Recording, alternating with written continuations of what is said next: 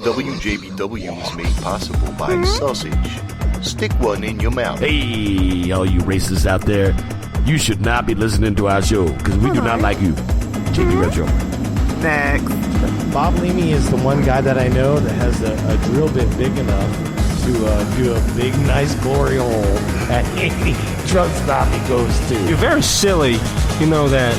It's silly, man. Nope. Fastest man to woman. That's what we're going to do. Yeah. Yeah. Sometimes I don't listen to some of our podcasts. Awesome. That's where it's at. Yeah, I like it. Oh, some people are into that. I know there's a website. Fucking asinine. Some shit like that. Awesome. Big dick.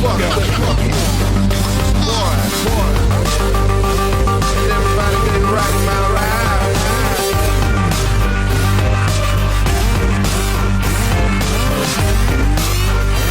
Yeah, I like it.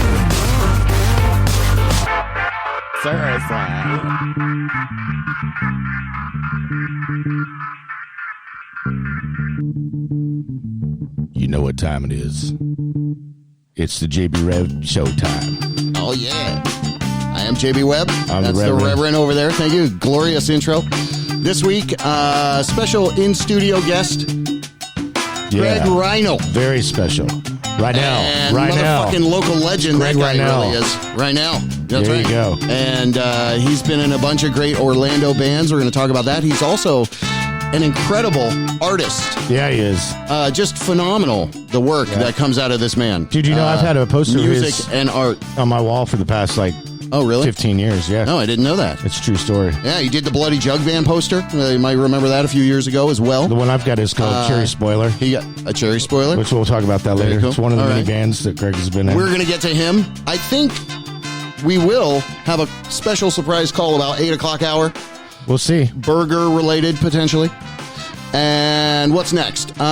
Breaking news badly. Jack DeMarco will call that in. Before that, we'll have a Reverend's Revelation. And we don't have the phone lines open on this one. No. We can maybe open them a little bit later, but nobody calls. It's okay. Yeah, WJBWnetworks.com. That's our flagship thing right over there. Go there, figure out what we do.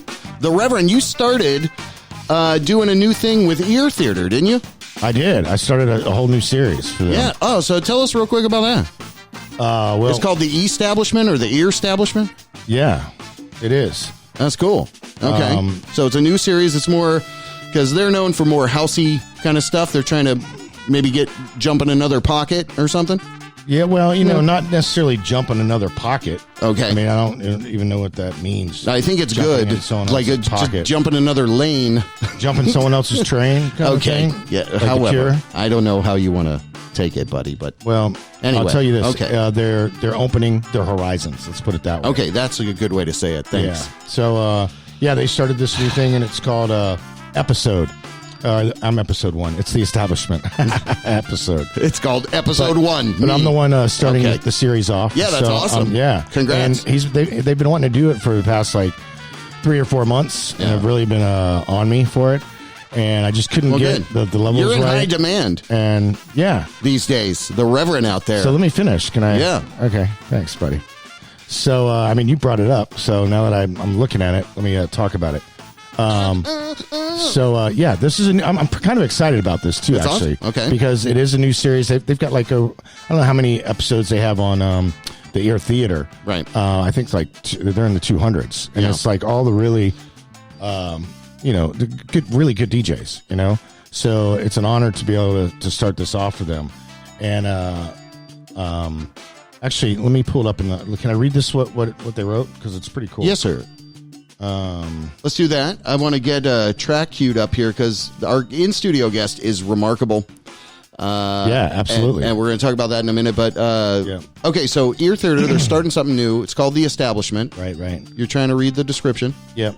It's a ton of pride and heart came together to launch our new Sunday-only music project. Okay. It's an audio subset. We deliver music that is both refined and anti-establishment. Okay. I can't. I'm very blurry right now. Yes. So the musicians are being.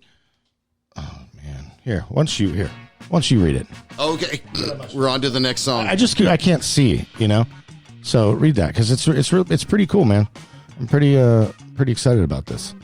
And since you did bring it up, let's talk about it. A ton of pride and heart has come together to launch our new Sunday-only music project. In these audio subsets, we deliver music that is both refined and anti-establishment. The musicians are being recognized for efforts beyond many norms in the music industry and live outside commercial broadcast channels. These weekly curators have worked hard to make atmospheres which showcase the talent. Take some time with these episodes, give them plenty of room to breathe.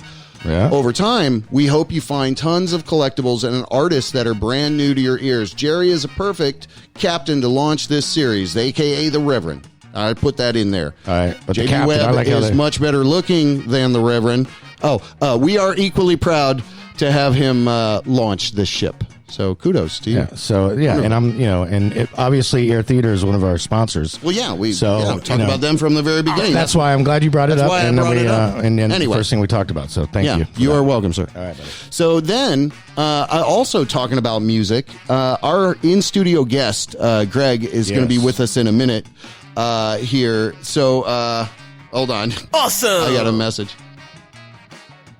Got a message. So okay. While we're holding on for you reading your messages over there, once again, you can hear that on all the platforms. So it's going to be everywhere. It is everywhere right now. It's on YouTube. It's on Mixcloud. I think Mixcloud, or you can just go to Ear Theater on either Facebook or wherever it is. Yeah. Well, they're sponsors. They're everywhere. I think they're at USDS or USDJ. Whatever. Anyway, all right, let's do this, my friend. That's nice. You DJ whatever. Okay, buddy. I don't know their website word for word there, Bubba. Oh.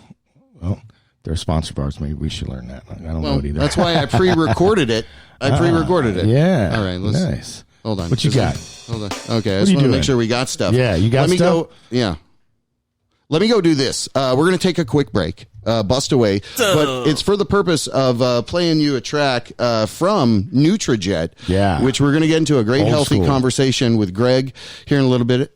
He was the man behind this effort. So dig this song here. We'll be right back. It is the JB Rev Show. Yeah.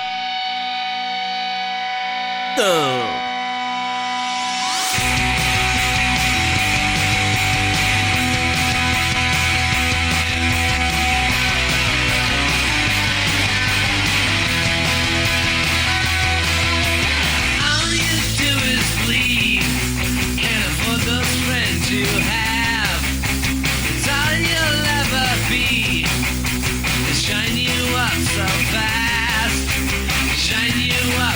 fast.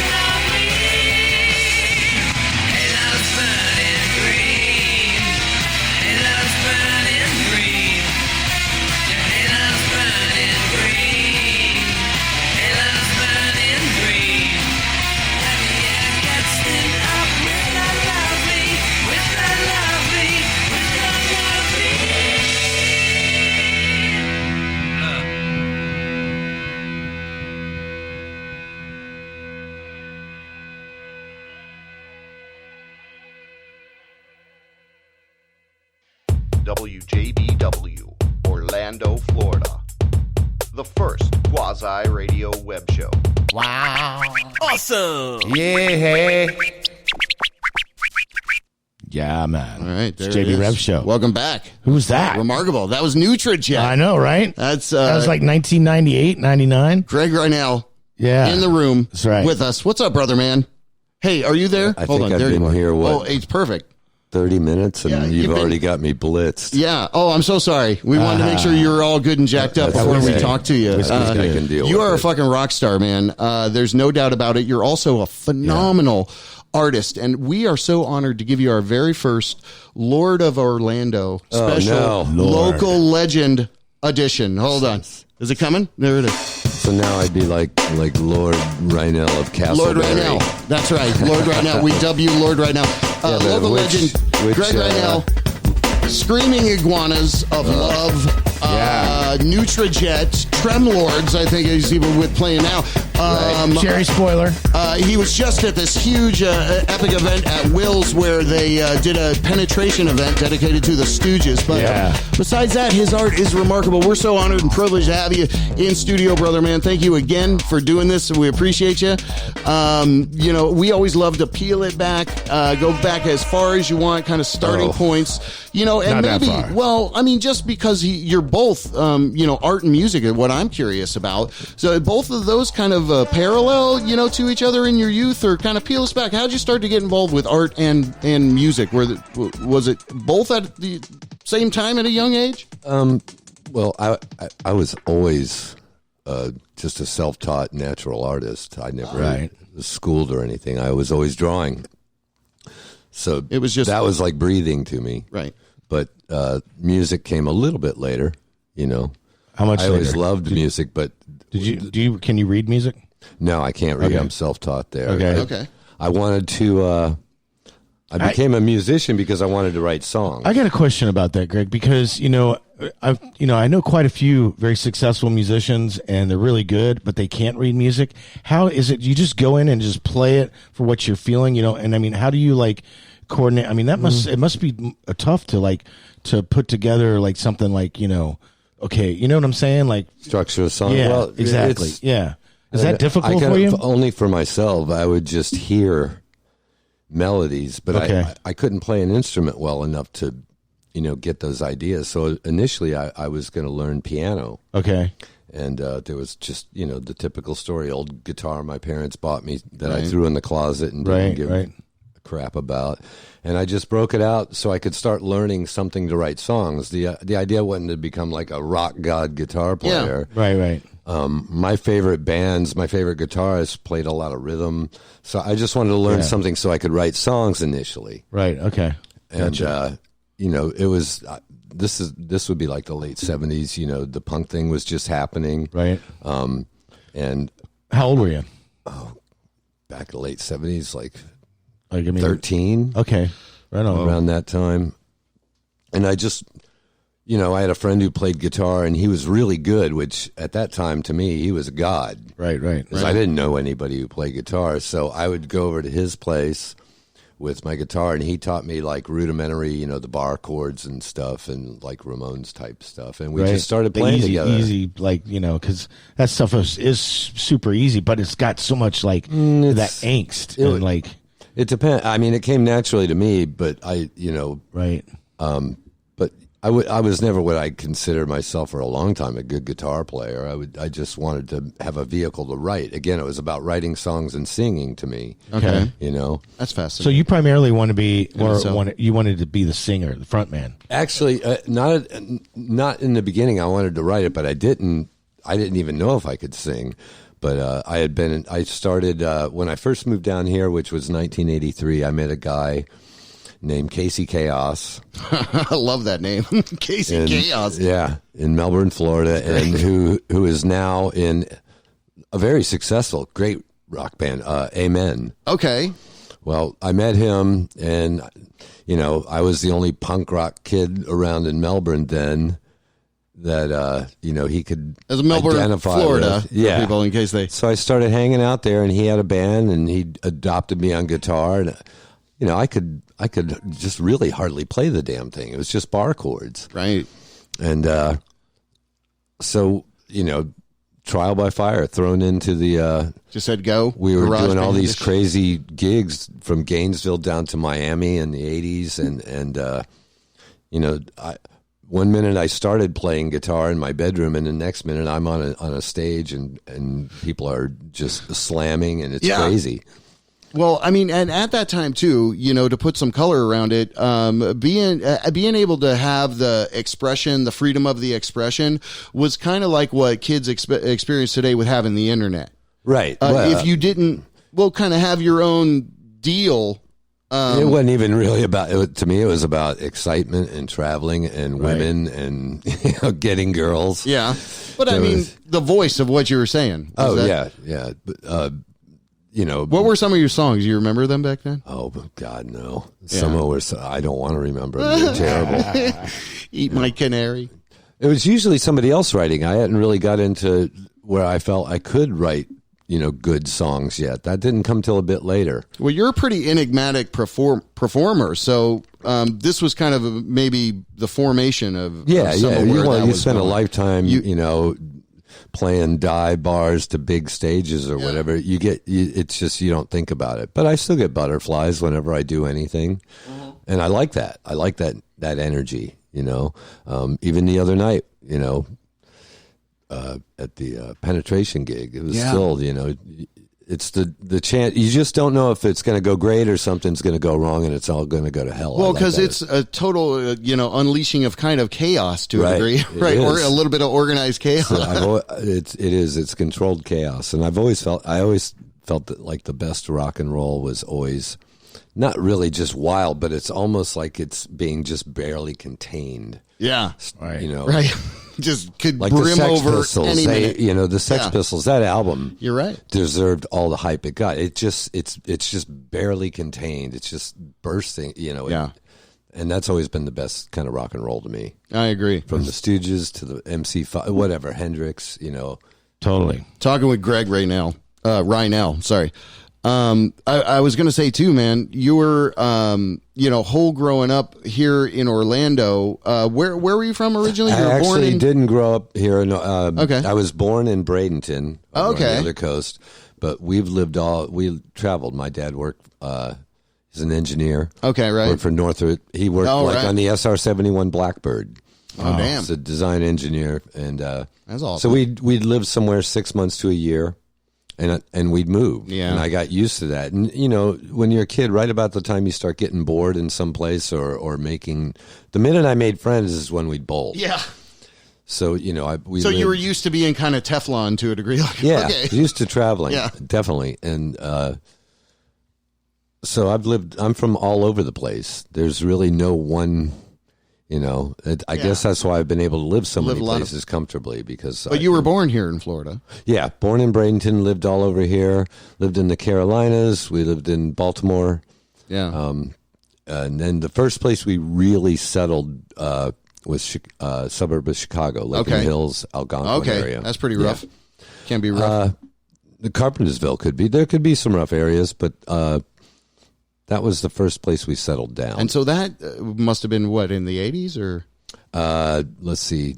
This would be like around 1975. Okay. 76. Mid-70. Okay. So, yeah. Okay, cool. So then from there, all right, so you kind of settled in that area, and that's where this band came from, right? Not really. Not to start. Okay. It did. Which band? Screaming Iguanas of Love? No. That comes No. When I lived up there is when my friend had a band. Put together a band with me, but that's where I learned how to play a guitar and get the melodies in my head, out somewhere, and just fumbling through it. I'd sit there and just play till my fingers bled. Wow, really? I wanted to learn an instrument. Yeah, I wanted it. And when you want something, and you're a kid, it's that single-minded focus. So I would sit in my bedroom for hours a day. But to me, actually playing music live or being like Aerosmith, that to me was so big, I couldn't even fathom ever getting there. Right. It was no like, hey, I'm going to be a star or anything.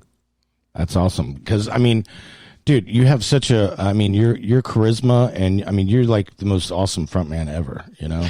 No, I think David Bowie is many awesome but frontmen. you're cut from some serious cloth, brother. If people could see you, you know, you're not overly large. No. Tall, right? Well, but I am horizontally. I'm very large.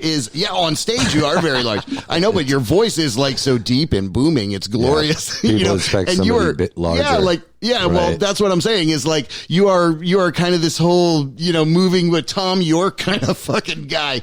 But anyway, Greg, dude, you fucking rock, man. What we love to do, you know, when we learn about people is try to stay on that track, you know, of linear. So keep us going. You know, you said you were always drawn. We understand you probably applied the same fervor and passion as music to art, you know. Were those concurrent? Did those kind of things as you went along, were those building and moving off of each other? Yeah. They were kind of symbiotic. You know, in the early bands I was in, obviously, you know, everybody realized, hey, here's the guy with the art skills. So I would do a flyer or the poster, whatever needed to be done. Right. And it was just, to me, it was all part of it. It's not just learning an instrument. To me, it's the whole aesthetic of, be it movies, music, art. You know, I didn't think in terms of just my guitar. I thought in terms of, if I'm in a band, the look, what is the persona? Right. Yeah, and that's brilliant. Yeah, what the graphic look should be like, you know. And at that time, my favorite band was Cheap Trick because, you know, I saw them in clubs up there. Yeah.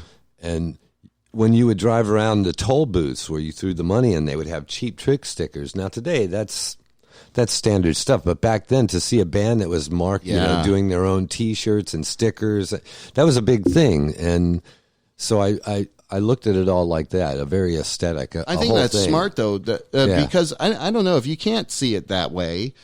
You know, to a degree, you're just kind of playing a role. Right. Well, it just came from, you know, album cover art. You know, before the things were digital in music, when you got a record, you know, a new Led Zeppelin album came out, you got that album and you went home and you sat and you listened to it for a week. Did. Yeah. You know, you lived with this You stuff. look through everything, the little leaflets and the covers. And just hearing the lyrics and the sound of it, you know, music tends to be more background noise for people now. But then you just lived, you know, and you with could the actually vinyl. consume it. Yeah. Right. And it was really a journey when you'd buy a record and get home and listen to that first side, and then and I remember doing it with, you know, friends, you know, too, like Bruce Hayes. I think you know Bruce Hayes, guitarist. He's Bithlow Rising. He's one of my oldest friends from like '79, and I remember like listening to AC/DC's Back in Black for the first time. I remember waiting to buy that album and thinking, you know, they lose a singer like Bon Scott. And this band bounces back with Brian Johnson. I remember hearing that record being really amazed, you know, even as a kid, like, wow. Yeah, it's an epic point in my life, actually, a turning point for... I saw that tour. Did you? Oh, they were amazing. I bet. Yeah. They're like incredible, you know, live. Rosemont Horizon is where I saw them. Wow. And one of the loudest bands I've ever seen at the time. What was that like? Was that in the late 70s? That would be the early 80s. Back in Black came out when? 79 is when Back in Black came out. Or was that Highway to Hell? What? They came out in 79? I think Back in Black was 1980, wasn't it? I'm not sure anymore. Yeah. Too many years of it. I'm good. I'm good. Thank you. So, hey, speaking of what's some of the best concerts you've ever seen? Like that really stand out that you'll never forget?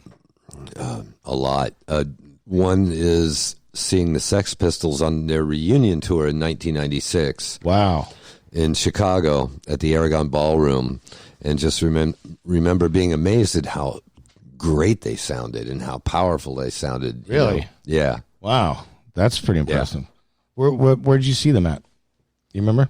Aragon Ballroom in Chicago. Wow. That's cool. But I worked at a gas station in the suburb of Chicago, and my boss was in a group of people who had connections. So I started as a kid in my high school years living in an adult world because they would get together, him and his friends, and take me. I was underage. I couldn't get into clubs, but I could with them.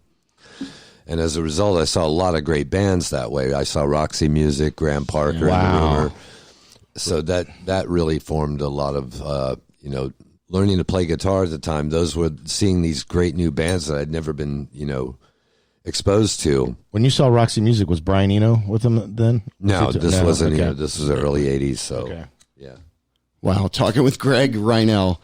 You're Lord Reinel. We're not even Lord Reinel. Thank you. Oh my God, you're right, Lord Reinel. Where is the Lord Reinel? Lord Reinel of Castleberry. Do you have a track for that, Rev? Would be a good time for track. No, no sound effect. All right. So what we played coming into this session was Nutrijet, and we haven't even gotten to that yet, which is fucking awesome. Yeah. So all right. So take us kind of, how you got down here into Florida. What was the time frame there? Are we still a decade away from that? Oh, we're longer than that. I came down here in 1983 to Melbourne, Palm Bay area. Okay, right. Which I'm back in now. Yeah. And aren't you the Duke of Palm Bay? Yeah, Duke of Palm Bay. And you're the Lord of But that's Orlando. where I met Lord Casey of Orlando. Chaos and started playing in these punk bands. And from there, from Disorderly Conduct, Disorderly Conduct. Yeah. That's have a cool one name. record out. It's like declared ungovernable. That's a great name. Yeah, and a band with a couple of guys who eventually became Rocket 88 here in town. Marco Zayas.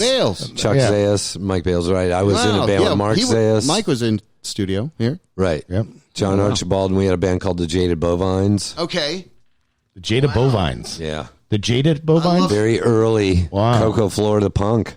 Wow. Playing brassies and shit? This would be around 1985. When Brassies was kicking. We did Brassies. the Screaming Iguanas of Love open for the Ramones That brings at back Brassies. memories. Wow. what? See? Yeah. Holy shit. And I think that was our second gig, and I was... Wow. It's all about the art and the... So, hey, speaking of fucking which, badass. what's some of the biggest bands? I mean, Ramones is pretty epic, but who are some other bands that you've opened up for? Cheap Trick. Wow, that must have been at like the House a of dream. Blues here in Orlando. Like you were saying, wow, dude, that must have been... It was amazing. Dude. Well, fuck the Ramones, too. I mean, you got to meet all of them, right? The Ramones was... they were really, really cool. I bet. just remember standing in front of imagine. Joey, and, I'm just some little punk rock kid, and he seemed like he was 15 feet tall. Right. Staring down at me. Yes. Yeah. That was a memorable gig. I bet. Gig. And I'm having a hard time speaking. I think it's this whiskey. Oh, okay. Well, let's try a couple more sips, if you would. Greg, right I'm now. definitely going to. In studio with us. And as we're kind of creating that clear trajectory, you know, he's back, kind of moved back into Florida here. And all the while, too, this is what I find fascinating, the art. Right? Oh, you're that's sprawling, you're Yeah. doing stuff for the bands. This is what is so cool is the heart and the music really feeding Right. off of each other for you like the whole time. Yeah. It's well, remarkable, that was dude. just, the art came into it just because every band I was in, I always wanted to have an aesthetic to it, not just the music. And speaking of artwork, speaking of which, I mean, you gave both me and JB. I've seen it before, but I mean, the artwork that you did for Penetration is amazing. And before you leave, I want with that pin I gave you. I want you to already sign signed. It. Oh, it is it's already signed. and Look at numbered. that, Rev. Fucking A. Wow. What a Yeah. I great didn't pull it out in-studio till right guest now. you are. That's remarkable. That mine's going on the back of that door right there. Mine's The going Plum in the fucking Crazy, yeah. frame for sure, and on the wall. Mine's going on the He's wall. gonna stick fucking Great. thumbtacks in his. I'm gonna scotch tape it up there. Come on. Hey, you can. That's how it should be. Yeah, I'm I'm going no to punk snob. rock it up there. I'm just going to spit and put it up there. That's how I'm going to do. Greg, you're fucking awesome, man. Yeah. What I'd like to do right now, because we want to keep our composure here, I guess, is come back a little I bit. don't. You don't want to keep your. I don't want to keep you don't my have composure. to. That's not why I'm here. I was going to say we can bump away to a track. If you want to, and kind of come back in a minute or two, because, we found if we put a little pin in it, kind of come back, it might be a little bit better. Now, I don't want to cut you off if you're on a flow. I don't feel like it's not that time You of said the your month voice for me. you said your voice was. Oh, no, I'm fine. He's a The very Crimson serious Tide. rock Fine. star Cut in away. here. Cut away if you I'm need being to. told that all of your handlers are yelling at me, Greg. So They're I don't know what's angry. going on. There was no. Anyway. You got there a was television to be on later. salami on the deli tray for me downstairs. Yeah, that's what it was. See? Oh, man, we screwed up. And there were no red M&Ms. Oh, wait, look under your seat. I think there's one. Oh. Yeah. All right, so here's what I got. Nutrijet is on Spotify.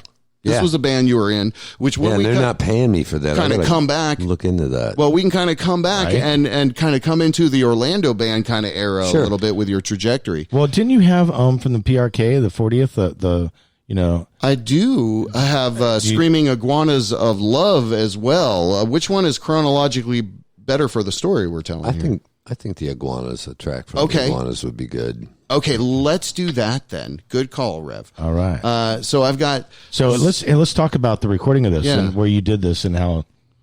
I haven't heard this in a long time, other than when you were firing it up earlier. This would be around 1991 or 92. Wow. Okay. We're playing a gig in Valdosta, Georgia, and the sound guy, who was amazing that night, I remember that, actually came up afterwards and gave me this cassette.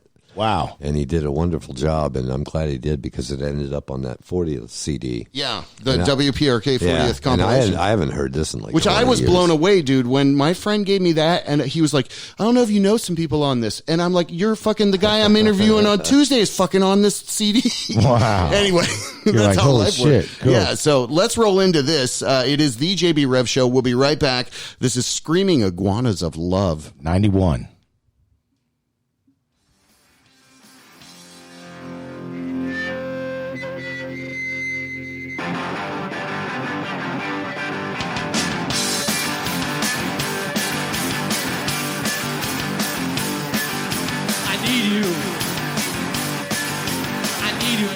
In the sky. I need you, you know it, girl, 'cause you can wipe the tear from my eye. But if you ever tell me goodbye, I'll be telling you, hear me cry. I need you more than anybody else has needed anyone before. I need you. Stand in your place. I need you, you know it, girl, 'cause you can wipe the tear from my face. But if you ever tell me goodbye, I'll be telling you, hear me cry. I need you more than anybody else has needed anyone before. Wow.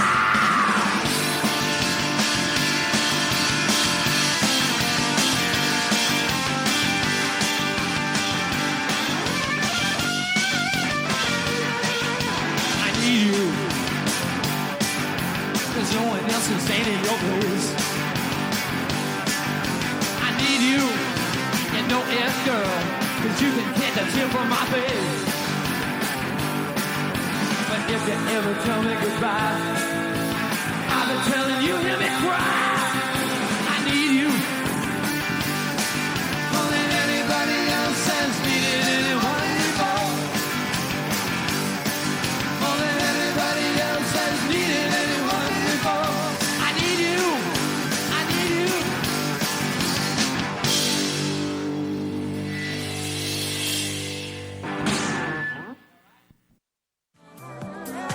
Hey, if you're not having a good time, I'm not having a good time.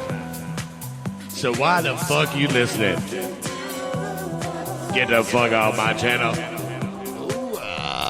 There we go. That's how you do it. A little bit of Screaming Iguanas of Love. And in studio, it is Greg Reinel and the Reverend over there. Yeah, is man. there. All What's right. up? And I'm smelling that wonderful stew. Oh, my wife is making pumpkin stew. It's a seasonal thing. So you're all welcome to have a cup of bowl if you want. So there you go. I hadn't heard that in a long time. Counteract the whiskey. You.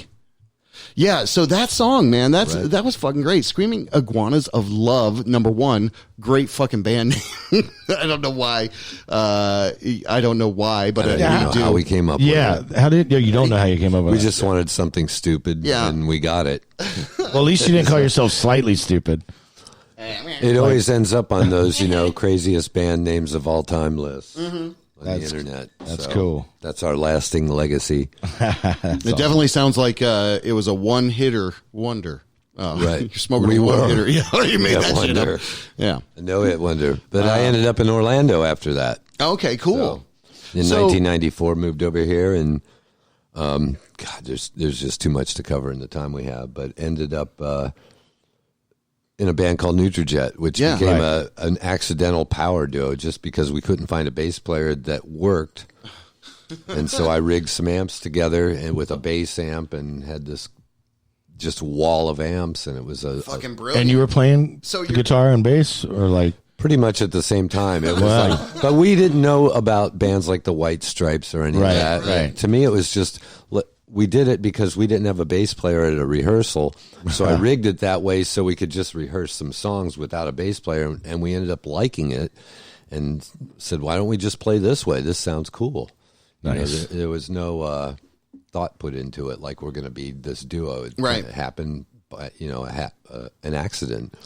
Well, the cool thing about that is it's got like a really stealthy kind of espionage kind of feel, a vibe, a little cutting edge to it. Well, that was just the aesthetic. Yeah, we wanted like a punk rock. See, but that's the theme in your music, though, bro. Is that you've always got a rock solid whole camp around the ideology of the band. Yeah, and a lot of brilliant. those ideas come from I'm a film buff, so I'm always watching old movies and old film noirs, and so a lot of the aesthetic of the bands I've been in comes from that. It comes from a lot of things, a lot of different influences, film, photography, whatever.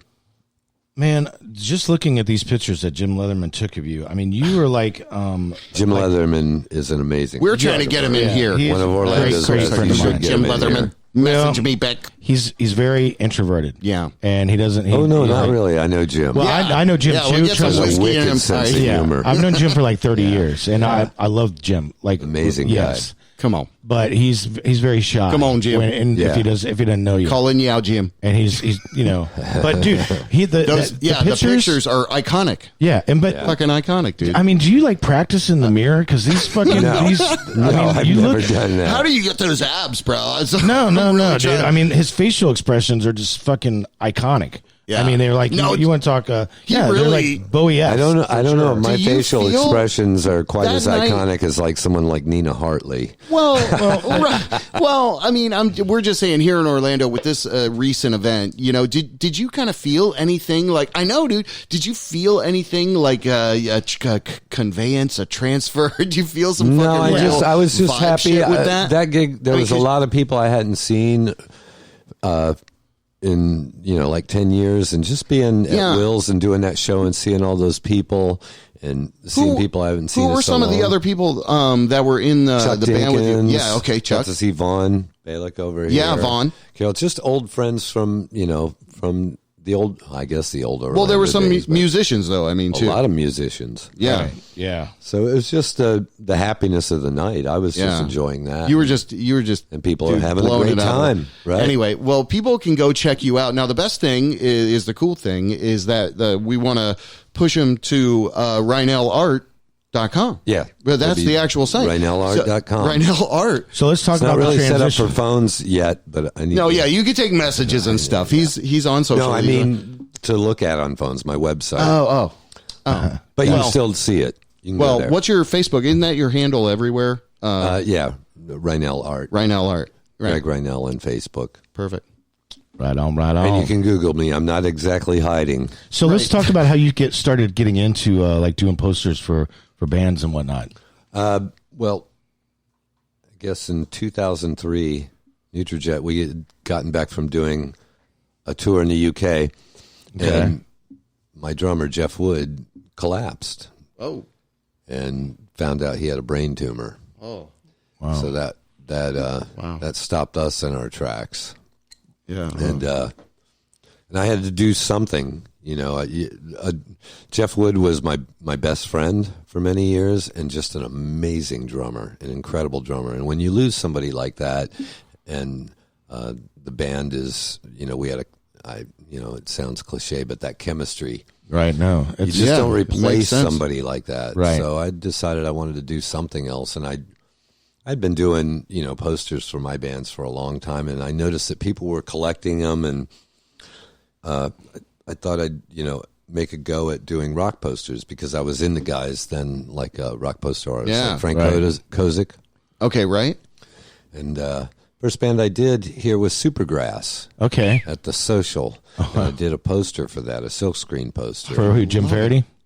Or Shaney? I think Shaney was promoting it at the time. And the band loved it, and it was just like an overnight, I was doing rock posters. Nice. Just all of a sudden happened. Well, I had to do something, and it was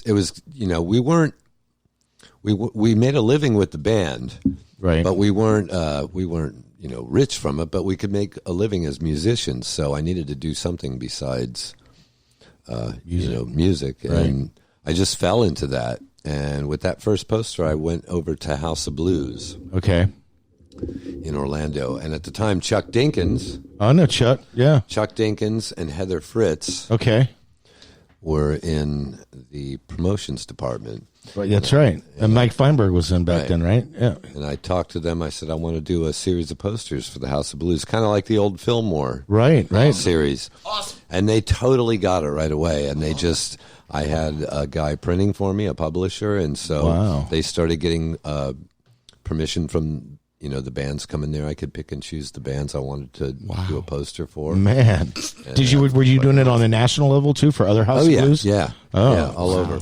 That's cool. That's kind of like Andrew Spears got hooked up with hard rock, Right. Yeah. So instantly overnight, that's what I was doing, and thanks, Chuck. Thrown in the deep end, yeah. Right. Well, they understood what I wanted to do, and they really embraced it. And right, and they'd seen your NutriJet posters, and they knew, and Supergrass. Yeah, they knew the artwork, and, right? And that took off, and I had because your artwork really does stand out from most. I mean, it's once again, and I hate to use this word again, but it's iconic. Your art, it's very, it's got that 70s kind of groove. Well, I'm a child of the 70s. Right, but I mean, it's also got more than that. It's got like the 60s, I mean, it's a combination of There's all of it. There's so much badassery in your art, dude. There is. That you can't even put it into words because what was that? Rob Zombie, Devil's Rejects. Right. Was that I mean, give me a break. Yeah. Anything that looks iconic like that is just such a remarkable attention to detail, and your brain must be incredible. No, I don't know if it's incredible. Well, the way I look at people that are artists and musicians, I mean, I just think that it's so beautiful that you can express yourself fucking to the degree of where people are like, we want to pay you to express yourself about what we're expressing ourselves about. Right. Right. And it's like any other thing you've been doing for a long time. Like, you don't think about it. I don't think about it. I just do it. Right. There's many great artists out there. I never looked at it that way. I just always wanted to better myself as an artist, and you've done that. So, and this is primarily how you're making your money these days, right? That's how I make my living. So let's talk about that for a minute. Don't you go what are some? You're part of what are those conventions? Do you go to Comic-Cons and stuff? I used to do some of that. I'm doing less of it simply because I don't have the time. I'd rather be doing my work. So being like what? You doing probably do a few of those in the coming year or something. Movie posters? I mean, I'm doing a lot of alternative movie poster commissions. Right on. In fact, that's what I'm in right now. So that keeps me very busy. So is it corporations, companies hiring you for this, or no? They're commission groups. You get 30 people together, and they put in the money, and they commission me to do a new take, on a movie title, or it could be anything. They could, I do private commissions all the time too. Yeah, so, I'm constantly busy with that. No, I'm good. But thank you anyway. Well, dude, that's awesome because really, when I tell you, I look at your artwork every day. It's in my house, and he's had your poster on his wall. I'm excited to actually frame because the other one is stuck with tape on the wall. But but this one is going in a frame. I'm no art snob. If it gives you pleasure, great. Well, you see, and that's where it is. For me, because my brother, I guess, was more inclined for both art and music, and I just didn't pick it up. Like I had these other kind of inclinations and skills, and maybe speaking a little more precisely and jerking off. Yeah, but besides all that, I admire that in people. Like Vaughn. Vaughn's a great artist. Vaughn's amazing. Plus his fucking tenacity, that guy. Right. So it's kind of like I liken him to you. That you guys are kind of like two birds of a feather. We're there. very good friends, and Vaughn worked for it. He, I remember him coming up plus to me. he conquered a bunch of shit. Yeah. He came up to me and he's like, how do I do this? How do I make a go of this? And I said, you're just going to have to do it. You're going to have to sacrifice, but you're just going to have to do it and want to do it, and he did. Yeah. And that's the best advice. I mean, if you're going to do something, you got to put your, Yeah, I love Vaughn. Yeah. Well, we're talking with too, Greg for Reinel. artists that are out there now, because next week we've got, a couple more people on that are art related. So, but for artists out there now, maybe doing the same kind of thing, like they're in a band, they're doing art, they're in a band, they're doing art, because the ability to do more graphic art for people is higher, right? They have more of a chance. In the past, they had to rely on just pen. Well, I mean, with all the apps and everything out today. Right. Yeah, you could, So it takes a lot of skill. Is there shit that you would say to people out there if they're just starting to try to figure out their own deal? Like kids in a band? Yeah, kids in a band. Or just go do it. And then maybe practice. kids that are artists too. Yeah, just go do it. That's shit. how I got into doing rock posters, and it wasn't like I sat around as a kid going, hey, I want to grow up to be a rock poster artist. Right. It came my way, and I saw an avenue to do something. I wasn't doing it for the money. Do shit. I should have been doing it for the money. Yeah, I just wasn't then. It was a passion, and another stupid word I hate. But it was just a drive. Well, I can't describe it. It's a drive. It was a drive within me. I still have it. Yeah. And it's not about the money. I'm grateful I can make money doing that. Right. But it was never about that. Yeah. So, Greg, at the same time, I do love money. We highly endorse you. People can go to ReinelArt.com. Correct. Yeah. And they can book and communicate with you there, and check out all your awesome art. Greg, who does your hair, man? You always got great hair. Like, for real. My mom. No. Like, dude, I'm only asking because I know what it takes. My wife's a hairdresser. Her name is Skylar. Okay, wow. So it's the same person? En Vogue Salon in Ogali, Florida. Throw it out. Okay. Right, there you go. Throwing some props out. She does a great job. Yeah. She's been doing it for a while, huh? Yeah. Yeah. Like Looks like Diana Ross. Hey, dude, the reason I ask is because it's important to look good, and this motherfucker always looks good. Right. And so, he's got to have, remember Scotty Pitts back in the days? Yeah. Yes, Scotty used to do my hair, and I used to have a hairstyle similar to that back in that. And this was like 99, 98 when I was working at Will's Pub and shit. So my hair's looked like this since I was 14. It looks good, man. Well, I grew it out for a while in the 90s. Right. Of course. Who didn't? There you go. Greg right now in studio. Man, we have a little bit more time with you. Definitely don't want to rush you out of here if you want to hang on for the Beth's Burgers call. That'll be at about 8:15. We got that confirmed. So where do you want to go? What do you want to talk about, Greg? Is there anything that you want to get across that that we maybe have skipped over? I want to talk about how great the Penetration, A Salute to the Stooges show was. Now let's the Foundation put that on, right? And Figurehead. Sorry, Figurehead. So Jim Faraday. Yeah, that was another accident. Like a year and a half ago, I got up with the Tremolords and did one Stooges song. That's right. At Lou's. At Whiskey Lou's. Whiskey Lou's. No. This is well before that. This was at the Veranda. Okay. All right. And Jim Faraday and a bunch of people really dug it, and Jim Faraday came up and said, I want to have you come over and do a whole set of Stooges. And I thought that would be a really cool thing to do, and that's how it started. And nice. Dude. Yeah. Just a great night. Huge love. Night. There you go. So I'm sorry I couldn't be there. I had a gig that night. That's okay. But we were both, I heard all about unexpected it. I had a gig family. too. And that, you did. I wanted to be there. Trust me. Well, we definitely missed out by not being there. But I'm glad Jim Leatherman was there and talk about it and promote 80 it. Pictures of it. Amazing shots from that And night. Orlando Weekly, all those guys are definitely covering, what did happened a really out nice there. article. And we love the fact that you're able to come in here. Who's been on our show. After all that, where's your trajectory? What are the things you haven't done you want to do? I don't know. I feel like I'm living the dream. Yeah. About to wake up. Is there some art? Would you do art for Howard Stern? Remember back in the day? Would I Howard do art? Stern Of course he would. Used to have like anybody these have a little commission? characters and shit. Yeah. Sure. All right. What about Donald I'm a Trump? gun for hire. Would I? Whoever hires me. That's where I go. He doesn't care who. Is it just I don't care. Let's fucking give me the money. Let's roll the dice. I'm hired for a skill. do it. You know. Hell yeah. I'm a whore. You're in demand. Okay. You're definitely in demand. But again, you definitely have an incredible body of work. And that's why I think, what's amazing about what's happening now is you're not fucking done. No, I'll never be done until I'm dead. You're not fucking done, dude. You're still rocking the shit. So could we maybe, down the line, we'll see some other kind of incarnations of stuff. Who today, are there any artists today, musicians, anything that you listen to from now?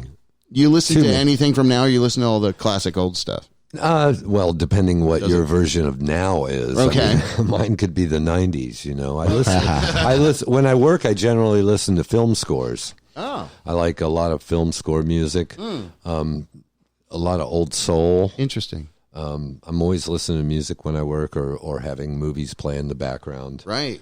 That's important. But I'll continue doing what I do until I can't. Wow, that's awesome.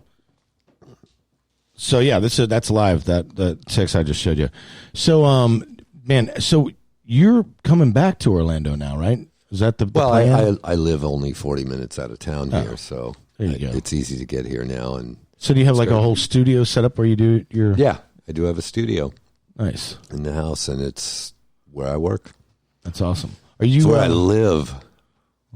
Nice. Oh, you're in Cocoa? Cocoa Beach? I'm in Melbourne, Palm Bay area. Right on. Cool. I actually have a sofa in my studio, and when I'm working, I just walk over and lay down on the sofa and crash. So I pretty much live there.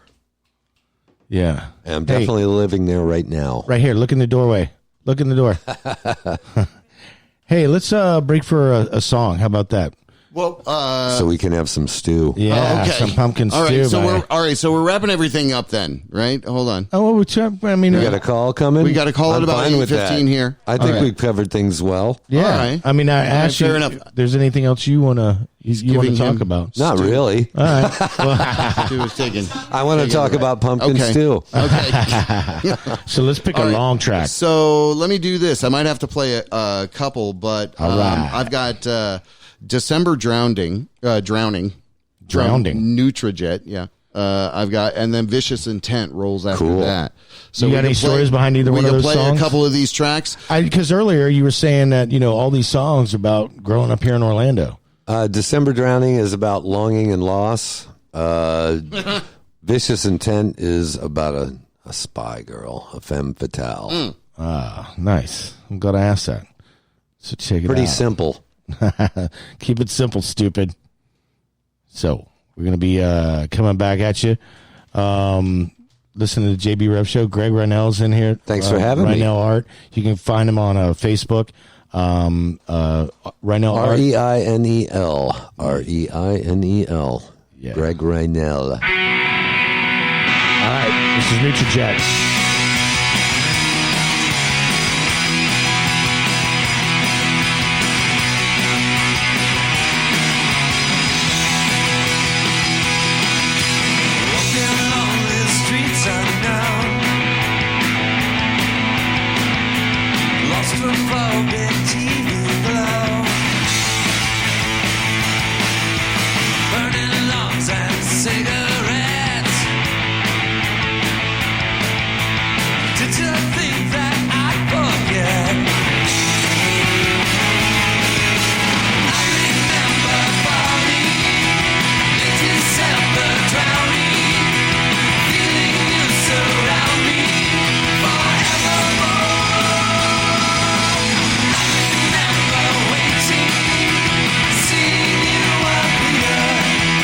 Straight out of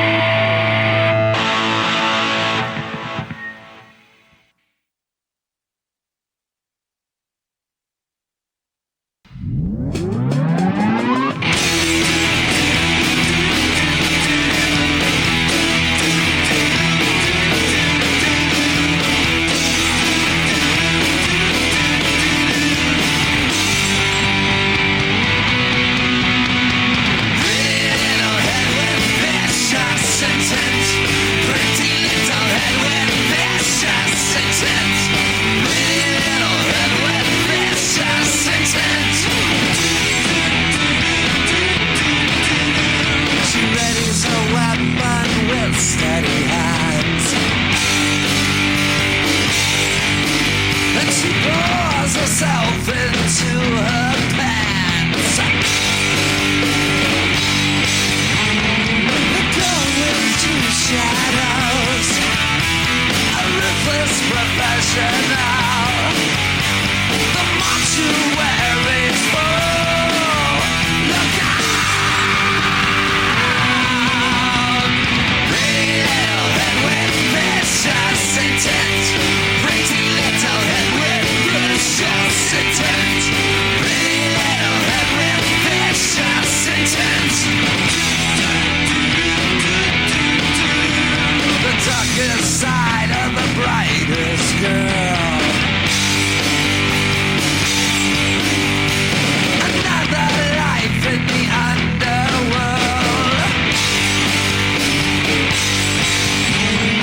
Curves and a runaway bus. You'll never be enough. She wants to spill your guts. Oh yeah. Pretty little head with vicious intent. Pretty little head with vicious intent. Pretty little head with vicious intent.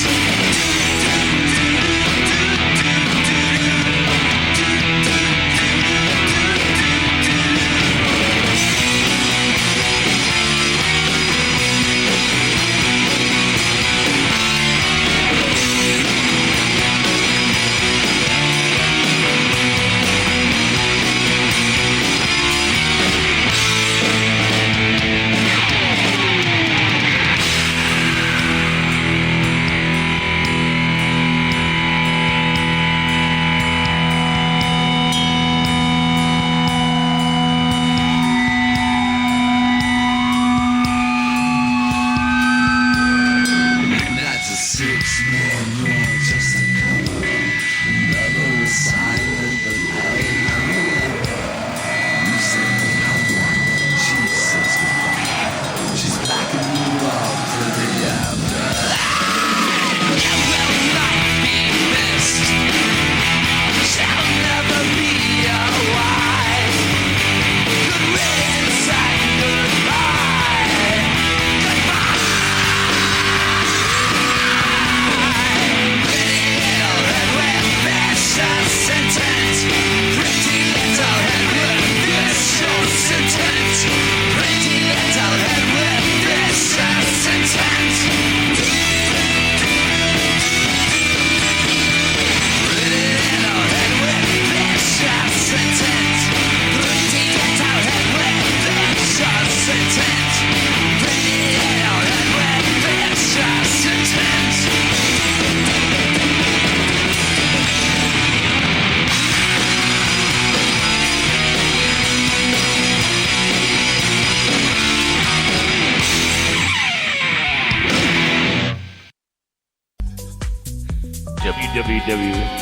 WJBW, all one word, .com.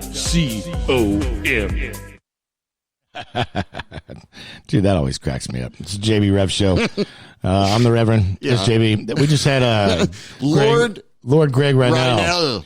Yes, Reinel. Reinel. It was just Lord Reinel was just Lord here. It's Greg remarkable. Reinel. That was amazing. That was a great session with him. I feel like the show is back. We got our show back. So I feel listen, like I lost it. Listen to me. If you're listening, look up Jim Leatherman, go on his profile page, and then look at the Stooges, the penetration pictures from the Orlando Weekly. Yeah. There's 79 of them. They're on the Orlando Weekly. I'm sure. telling you, those pictures of him, I would say 50 of them could be used as album covers. It's remarkable, dude. He is just all over the place. He's very on his, enigmatic. He's on his back. He's he's just his facial expressions. He is like the picture of punk and very enigmatic.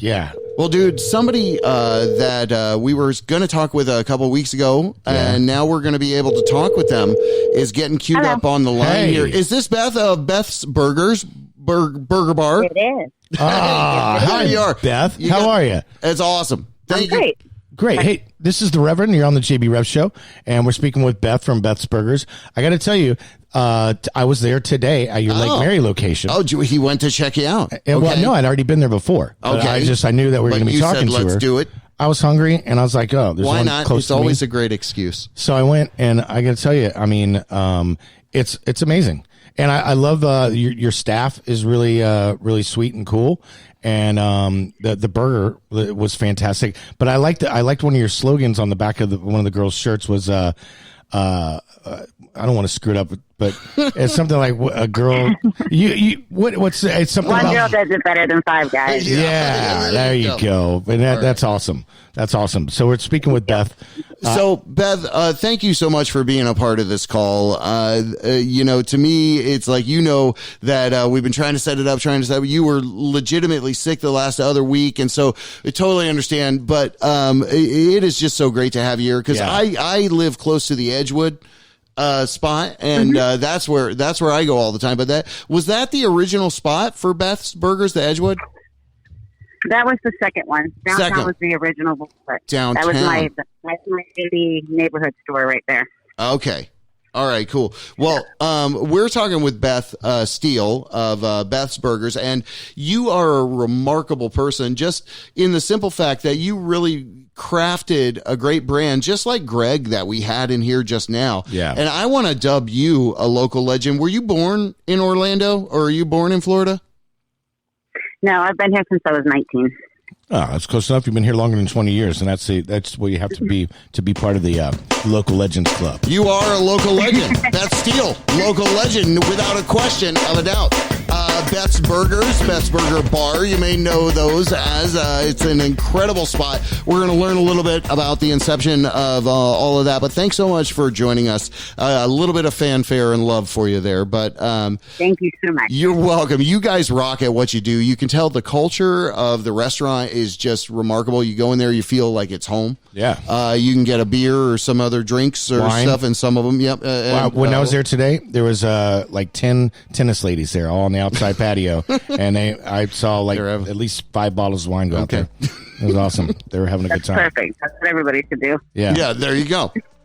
But Beth, so give us an idea. Okay, you've been here since you've been 19. How did you come up into becoming, what you are right now, which, is an incredible force of nature. We'll talk about the sport fishing after maybe a little while, but we'll also talk about the fact that, to run these kind of businesses and to do what you're doing is really remarkable and exceptional. Simply because, Central Florida is a very themed area, and you've got this keen eye to be able to tap into the theme, which is kind of on the back of the shirt. This is better. This one sandwich by one woman is better than 5 guys. Anyway, so after all that flattery, give us some real kind of boots on the ground feel of how you came up into this. I own a staffing company, so I started doing that, and I've been doing that 24 years, and then I always wanted to be the weather girl or have a restaurant, and this location came downtown, and December will be 7 years that I started, and we now have 4 locations. Damn. And so I'm lucky because I have a great staff, and it's a lot of fun and creating, and it just never ends. It never stops, and every day is a new day, and each area that we are in, we cater to different people from, tourists to, residents and people on the lake and kids and schools, and so it's fun. It's always creating something new and challenging, but we, staffing wise, made it a little easier owning a staffing company. Kind of know what to look for, and that makes it a little better. Well, that's pretty cool because I did not know that little jewel of a detail. So kind of it spawned off of that. Well, no, but I love that because it says like, hey, you are running a business. You need dependable people, right? People are dependable in the world. Yeah. And I can order your stuff on Uber Eats and it'll be here. I can get a fried pickle, the frickle. Or the okra. There you go. Yeah. They just started a new reward program there, I saw as well. Like double point stuff. Yeah. So we'll talk all about rewarded. That. Yeah. Well, that's what I'm saying is, you do a great job of creating this real homey family atmosphere for the bar. Yes, that's what we try to do. And we do the challenges. We have the Double D challenge, so people can get T-shirts and they get their picture on the TV for us. And so we like to make it fun for little kids and older people and just every type of person that wants to come in. That's awesome. And that makes 7 years going strong. But so I got a question. So I mean, you've got 4 locations right now, or 3 or 4? Yeah. Okay. Four. So, and how many do you see coming in the future? I'm only asking because some really awesome restaurants have been doing really well. As soon as possible. We're going to meet with a certain developer pretty soon for one, and then the other one, we still want to go back downtown. That was our original one, and then we opened inside the convention center, and we changed things with our lease there. So we do want to go back downtown. We had a good following, and we had a lot of people that we really enjoyed seeing all the time, a lot of regulars. So they still order from Edgewood because it's still close, but we would like to be back downtown and do some of the crazy late night stuff too. So. Deservedly so, though. Yeah, exactly. Nice. Talking with Beth Steele, owner of Beth's Burgers and a myriad of other organizations that help you. What I think is awesome is you've got a couple of specialty items, fried pickle, peanut butter hamburger. Maybe talk a little bit about that. How does your love of the hamburger kind of relate to, the whole Beth's Burgers concept? Our peanut butter burger is actually our number one selling burger. Yeah. And then I think I ate so many of those, I had to switch it up. So we started doing one with Cheetos on it, the jalapeno crunch one. Yeah. And I think my staff thought I was a little crazy for that, but it's good because we get to create everything and everybody's tastes are different. And people, we have people that we always know when they've been there because they just walk right to the counter with a mission and the peanut butter burger and the blah, blah, blah. So we know they've been there. But it's fun because everything's customized. We can create all kinds. We do the gluten-free stuff and wraps and lettuce bowls and stuff. So we try to fit everywhere. We fit all the needs for, different people with allergies, with all of that. So it's just fun creating stuff every day because we go to food shows and we try to, see what everybody else is doing, and we're doing catering and delivering. And so we try to please everyone, but, it's a challenge. Yeah. And, I can tell you it's challenging because hospitality and owning a restaurant, and especially for restaurants, is I can only imagine because I grew up in hospitality. I've managed restaurants before and whatnot, so I know exactly what you're talking about. But I love the fact that being the owner, you're very hands on, and it looks like you allow your kitchen staff or kitchen manager to be creative as well, because the burger special today was a pimento hamburger, and it was like so that's awesome that you still let your staff be creative. Yeah, the managers get to do whatever they want. They create, each store does a different one each week, and then I have certain days that I'm in certain stores, so people know when I'm in what nights and what days and which stores I'm in. And we do live music, and so people know that Wednesday nights I'm in Lake K, we have live music that night, and Thursdays I'm in Lake Mary, so everyone can pretty much find me whenever they need to. So nice. But it keeps it interesting. I see a lot of regulars, and like each store, Lake K has a lot of SeaWorld, Marietta University. We get a lot of Shingle Creek, a lot of the same regulars all the time, which is nice. And we built relationships with them, and we like to do parties with them and stuff. So that makes it a lot of fun too. Yeah, you do great reward programs as well, like loyalty. You come here, punch cards, kind of stuff. But in saying all of that, pretty much you're doing everything other right. things. No, well, I think for a while there, I'll tell you honestly, with exception of recently there was the Beefy King thing here in Orlando. It was yesterday. Yeah, it was just yesterday. Yeah. Anyway, but I was thinking about that. It was tater tots. Like, not a lot of places serve tater tots. That's right? what I had. Beth's always served the tater tots. It was like, and you could do different things to them. It was just a feeling of you can do whatever you want. Yeah, so I love that part of your restaurant, really, because you do put the eater kind of in charge. Yes, and then staffing wise, I have over 2,000 people that work for me a day, so that's always fun. So we keep always recruiting, and that way we also get a lot of loyalty with customers that order staffing from me. That come in for lunch, and when they know I'm running around, restaurants take a lot of time, so I don't get to see them as much as I used to. So now they come in and eat, so it works out. It's a win-win for everybody that way. Well, and so things that you're doing now, any special things down the line that you're working on with the restaurant? Are you open to holiday events, obviously, and all that kind of thing? But anything outside of the box? You had mentioned music, which I didn't know there was music at one of them. Is that the Universal one? It's at the Universal one. We do that one, and we just started Lake Mary last week. Oh, and wow! So we do that on the patio, and then we have a lot of holiday stuff that we're doing, and donations, and we do a lot of gift baskets and auction stuff for different schools and companies. And we actually have a big unicorn party for my dogs on Thursday in the Edgewood store. So there'll be 150 people for that with a DJ. Oh, so, wow. and then we'll do a lot of stuff for raising money for kids and stuff like that great. for holidays and parties too. So that's awesome. You know, when you say you put together gift baskets, it's funny because while I was there today, this girl came and picked up for a shower. It looked like a like an ice bucket kind of thing, and it had like cups and T-shirts and like it was just loaded. It looked really cool. That's dope. So yeah, we do that, and we do it with gift cards for people that have auctions for whether they're trying to raise money for something or for certain schools or their auctions, whatever they're doing. Yeah, we try to give back as much as we can. So we get a lot of offers for that. So we try to do the best we can. I bet. Well, Beth, don't burn yourself out too quickly. You know, you're all over the place. It's like you got so much going on. Like, is this awesome. a good site? I've got bethsburgerbar.business.site. Is that a good site to send people to? Bethsburgerbar.com. Yes. Yeah, and also Facebook as well. Yeah. On Facebook too. But everybody that emails me, I reply to. I have an assistant, obviously, but I reply to pretty much everything. You're hustling. So, that's Beth Burger Bar. Yeah, my mom told me you can't burn the candle at both ends, but I pretty much tricked her on that. Well, don't stop. Well, you also get some great R&R time in there to a degree, but it's still working.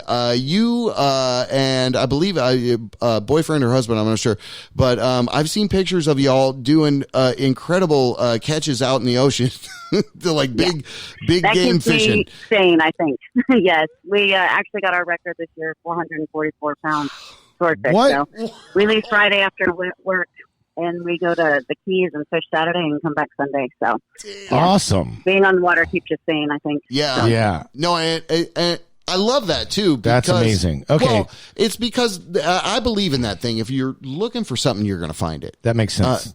You know. Yes, I agree. Well, and so that's why I think it's awesome you were able to join us on this edition here, because we had an awesome in-studio guest, and we have an awesome caller as well. So you are definitely a local legend in our eyes. And we want to encourage people, go to bethsburgerbar.com. Yep. And that's the website. You go check it out there, hook it up with it there. They're on Uber Eats. I think they're also on DoorDash. Or you can just get your lazy ass in the car and go to the restaurant, because the restaurants are badass. Right. The damn restaurant. Send me emails and I'll say hello and do pictures and T-shirts whenever I'm there too. So awesome. I like to meet as many as I can. And you know what? When you set up being on the TVs, it was nice while I was eating, looking at the pictures, because I actually stayed in the restaurant to get the whole feel. The memorabilia kind of feel. And you know, the pictures of the guests that, you know, did the Double D challenge and whatnot. It's like, you know, you got a good thing going, Beth, and congratulations. And I see you so much. having like 20 stores by 2025. Okay, well, you just let me know when you want to run some of them. Yeah. Oh, wow. The Reverend just got a job offer. I'm not going back to that. He's the perfect guy for that. Anyway, Beth, you are remarkable. Again, we appreciate the fact you're able to give us a little bit of time, and so grateful that sickness or whatever it was moved past, because yes, thank you. Well, you are welcome. And again, we encourge people to go check out bethsburgerbar.com and go to the locations. Google it. So yeah, Google that. Google that right now. Guys. All right, Beth, you have a great night. All right, take care. All right, have a great night. All right, you Bye. too. Bye. Bye. Oh, WJBW, nice. Orlando, Florida. The first quasi-radio web show. Wow. Yeah. Hey. It was nice. Very nice. That was nice. This is JB Rev Show. That was Beth Steele, Best Burgers Bar. Awesome. And we had Lord Greg Reinel in earlier. Oh, yeah. Lord Reinel. Lord Reinel. Yeah, that is definitely it. You know. So next up, here we got a Reverend's Revelation. And dude, don't we? Oh, my God. We do. Hey, look up here. Here. Potato. Here you go, potato. Sheesh. He doesn't know what he's doing. I think Jack DeMarco is going to be calling about 8:45. So I'm interested to see the Reverend's Revelation. And as we oddly transition, I will say thank you to all of our guests tonight. We really appreciate the fact you were able to be here and show up and do this thing that we do every week. We're going to be taking off Thanksgiving week, of course. Yeah. So next week in studio, Kevin Green. You know about this guy? He's a badass drummer all about town, and he's going to come in studio. We have a call with Danny Rock. Danny Rock. A local artist. Yeah. Guy is a badass. And we also have a call with the hardworking young lady behind Pulp Town. Really? Have you ever heard of Pulp Town? It's a great. You might like their Facebook page. Anyway, they do some compelling content creation, and so we're going to talk with those three individuals next week on the JB Reb Show. While the Reverend perhaps is I'm queuing ready up anytime, something. but I want to. So this Thursday. Excuse me. This Are Thursday. you okay? I'm all right. I got a big weekend this weekend. I do. I'm Captain Jerry's going to be at Little Indies Saturday night. Holy shit. That's right. I need to talk to you if you can do either Friday or Saturday night at Kush. That would be wonderful. Either one. You don't choose. put me on the spot right now. I'm putting you on the spot. Come on. Gary, no, don't pressure me on the show. All right, don't do that. Come on. This is a band. So what Thursday, happens. I tell people to suck my dick. Thursday, I'm going to see Com Trues. Oh, wow. Yeah, at the Social. That's great. And so Com Trues is obviously a play on names. You know, it's not Tom Cruise. Of course. It's Com Trues. So right. That being said, okay, you know, boomer. I've already paid Com Trues as one of my revelations before. So okay, I wanted boomer. something a little different. Are you calling me a boomer? Okay, boomer. I'm a Gen Xer, Whatever. bro. Okay, Get it right. boomer. I'm also a Gen Xer, but that's why don't call me can boomer. Gen Xers also say okay, boomer? Technically, we can. We've been saying that shit. You know, and that's the But other I'm not thing. a boomer. I'll go ahead and do a speak of it now. Uh-huh. I want to talk against the fact that Gen X has been totally left out of the motherfucking conversation. You know why? We are I'll tell you why. Because we're to you superior motherfuckers than the bullshit, the boomers, and the fucking millennials. Sons of bitches. Wow. They all right. suck. Gen X is good. Hey, speaking of sucks, Yeah. Bob Leamy. That guy. My God. He got a new drill bit, bro. You did? Yeah, and he's doing a double glory hole for double penetration. Double? Yeah. Remarkable. He, well, I was trying to get him on the phone tonight to interview him about that, but he's not available. So, see Com Trues on, and what is that noise you make? I hate that, dude.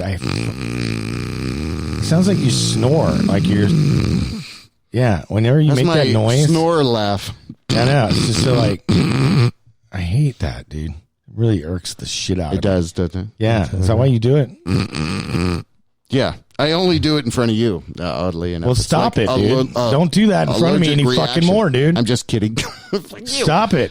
God. Is my Com New York? Trues. Is my New York? I'm gonna start going. People in New York do that. It's like, Yeah, well, stop. You're not from fucking New York, dude. what? Dude, How dare you? you're what? You from what? Oh my god. Saugerties. Wax on, wax off over there. That's where I lived. So, my revelation tonight. Yeah. It's a song called "Electric Sheep," and it's by Hutgarar. What? Yeah. Huggarar. Look, Okay. Hutgar. Hutgarar. So it's a play on names. Switch the letters. Switch the letters. What is it? Rutger Hauer. Oh, Rutger Hauer. Yeah. So it's Oh. Hutgarar. Fascinating. Hutgarar. Well, it sounds I thought that. Oh, Hutgarar. Bonnie, you Hutgarar. Electric Sheep by Hutgarar. Coming at you. JB Web Show. Where is it?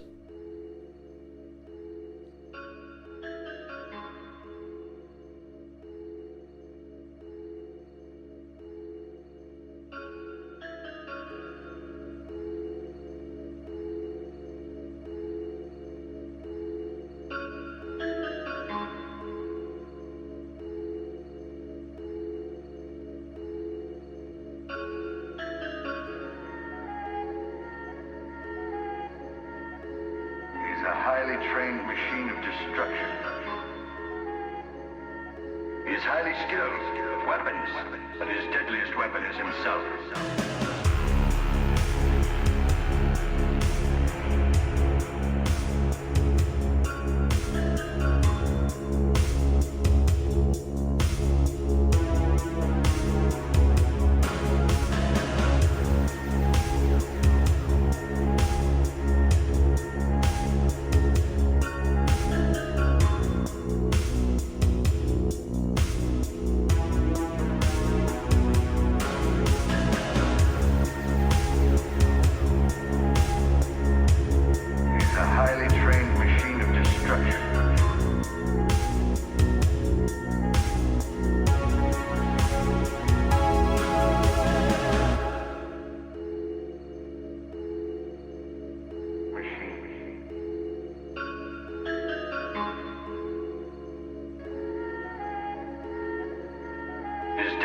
weapon is himself.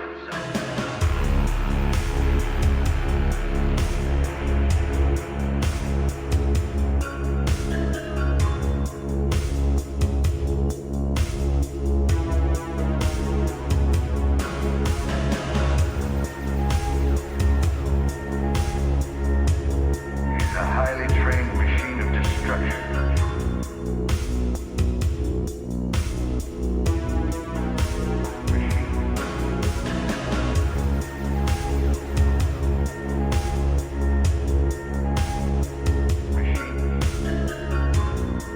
He is highly skilled with weapons, but his deadliest weapon is himself.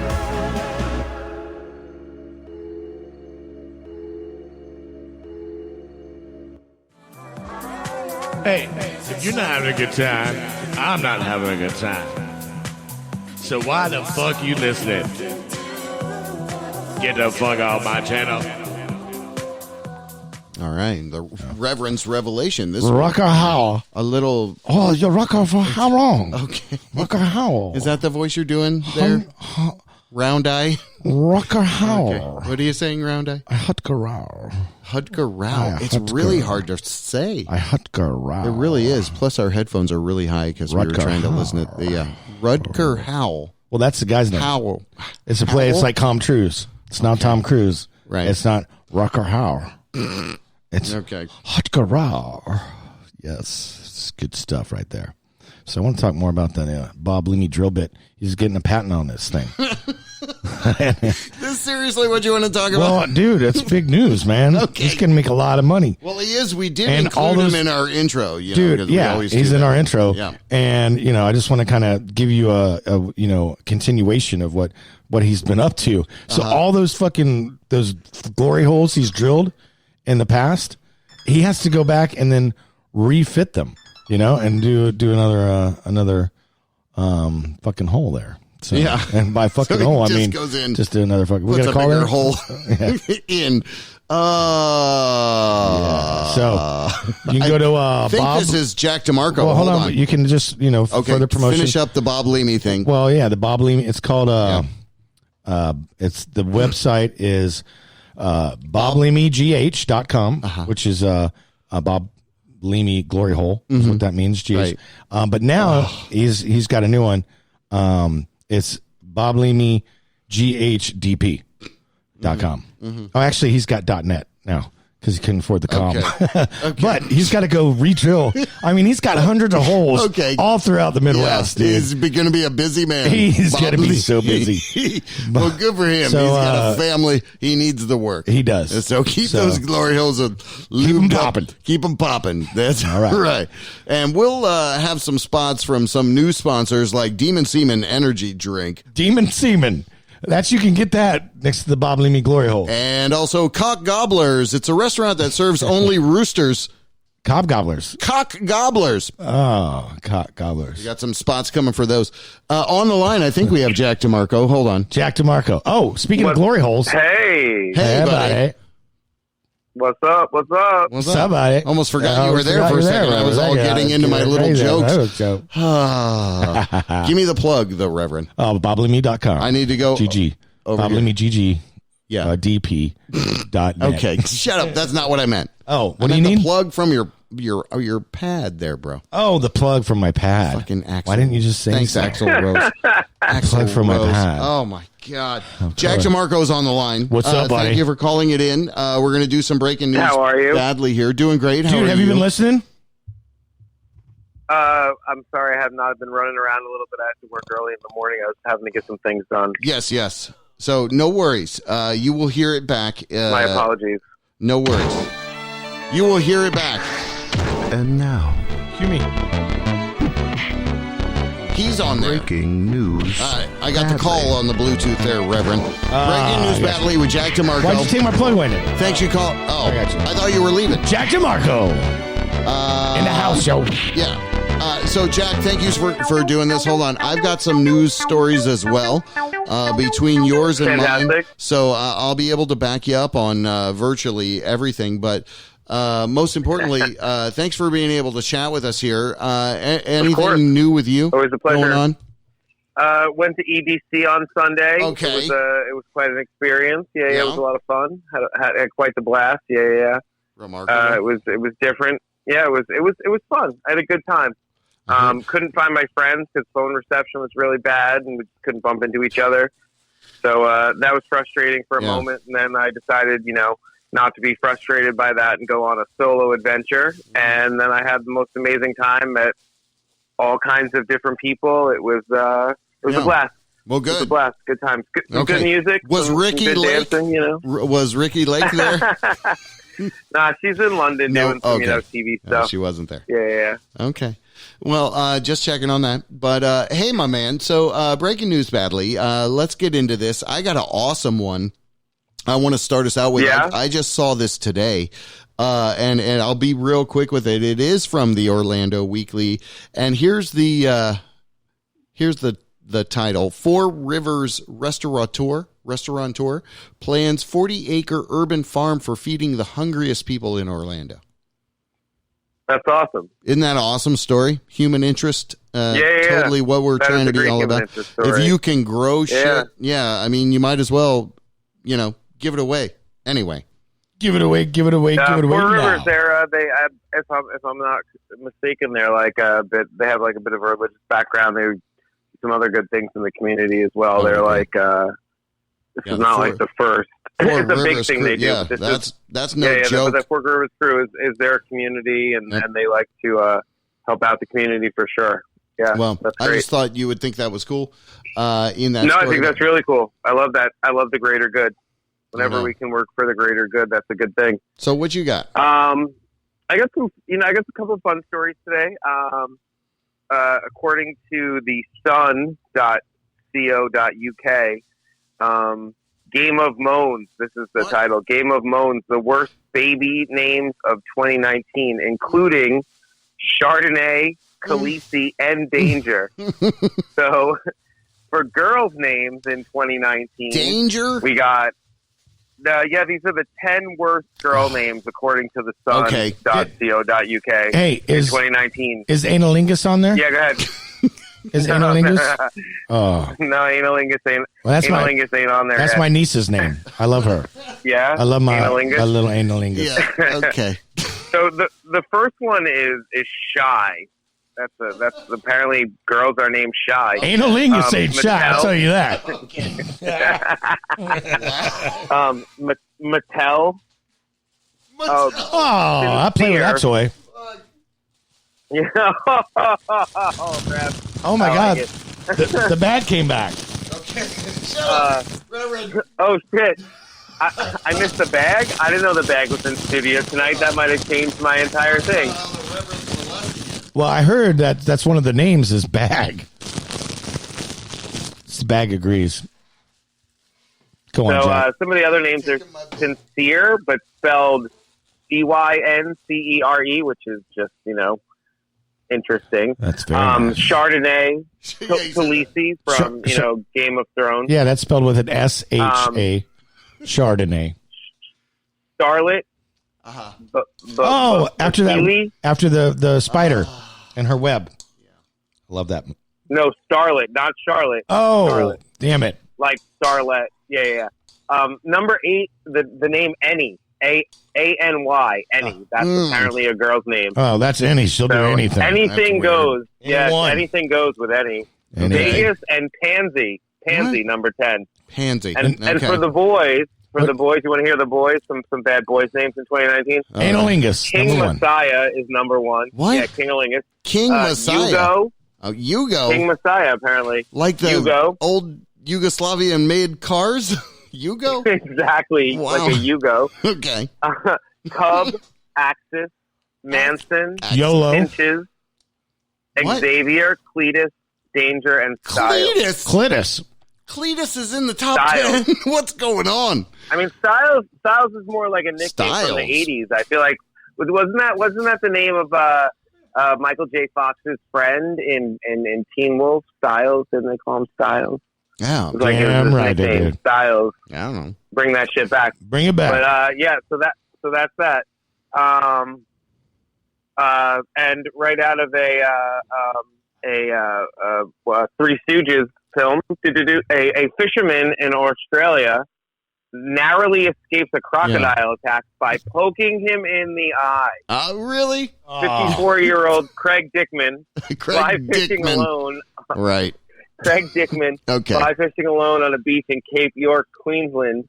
An 8'2" crocodile lunged at him. The reptile lunged at him. Okay. And he grabbed him by the legs, tried to draw him down, and he poked him in the eye, and he escaped. Wow. I mean, he has some pretty bad leg injuries and a mangled hand. Old Dickman. But Dickman is alive. And his tails of apparently crocodile. And apparently his dick is involved.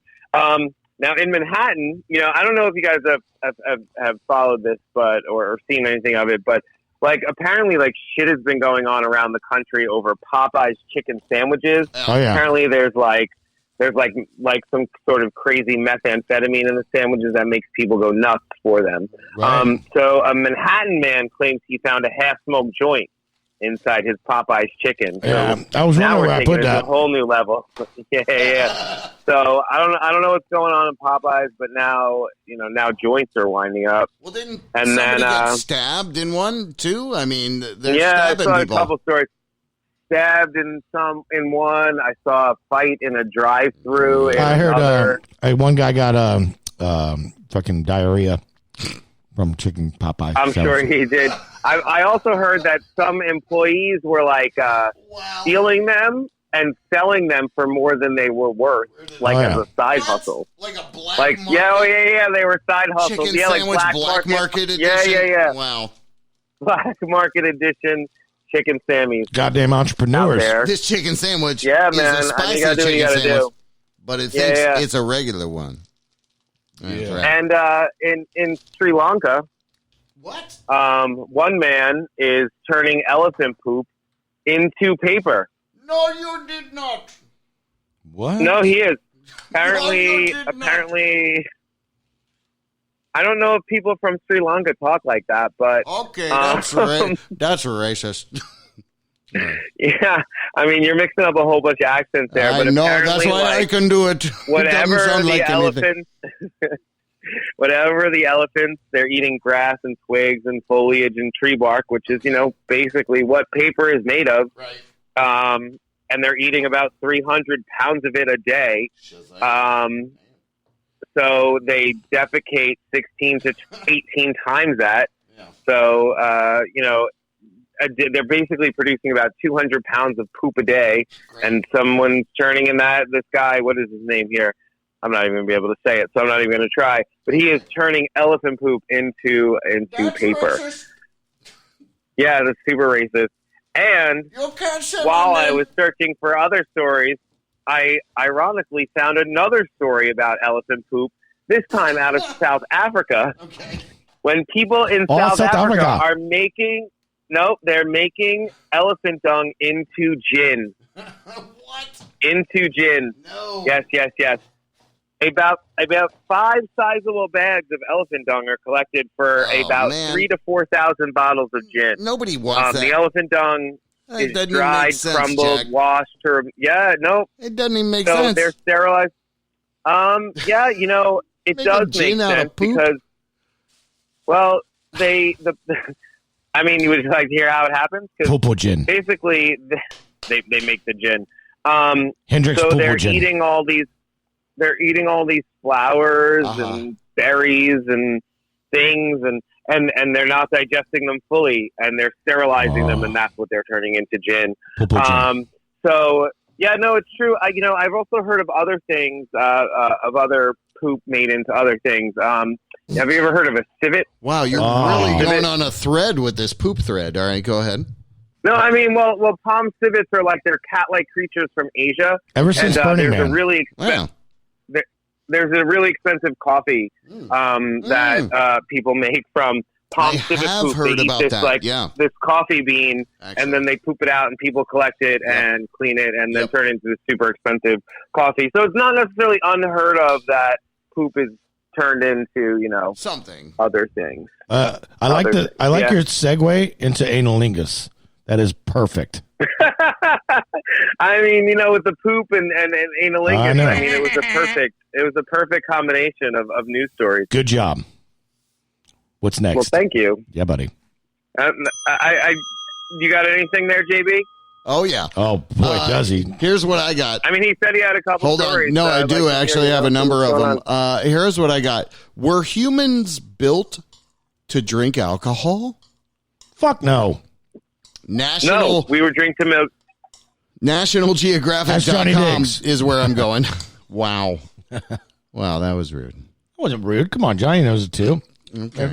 Remember if you could dial it yourself 15 years ago? This article does say, don't drink so much. Archaeologist goes back and kind of studies what he can, but he shows that it goes all the way back, thousands and thousands of years, that we were almost built to drink. No, we weren't built to drink. How does he explain that? We were not built to drink. No. Yeah, humans were built to drink milk for a couple of years and then drink water for the rest of our lives. Anything else that we drink is really just our own self-indulgence. Well, I guess to a degree it's somewhat philosophical as he relates it to the spanning of time. The fermentation process is almost like our own inexplicable existence, as it were. Yeah. I'm going to need a little bit more than that. All right. So after that, he went down to the outhouse. Then a monkey with its tail on fire said, "There's nothing wrong." And then the fireman showed up and doused everything with its heavy water pressure hose. And the audience said, "What are we clapping for?" What you got, Jack? I'm just trying to understand what happened just there. We were just doing an impromptu bit, and you messed it all up, Jack. Jack. Once again, you remember that thing you did that we did that one time in the studio, Jack?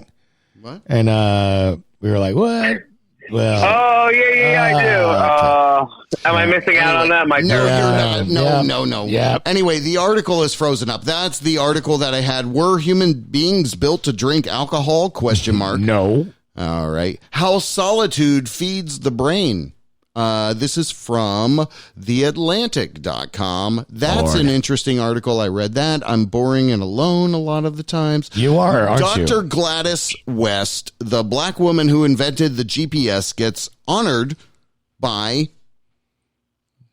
the U.S. Air Force at the Pentagon. Sweet. Did you know that a black woman invented GPS? Does it matter that she was black or yellow hell or yeah, green? it does. Why?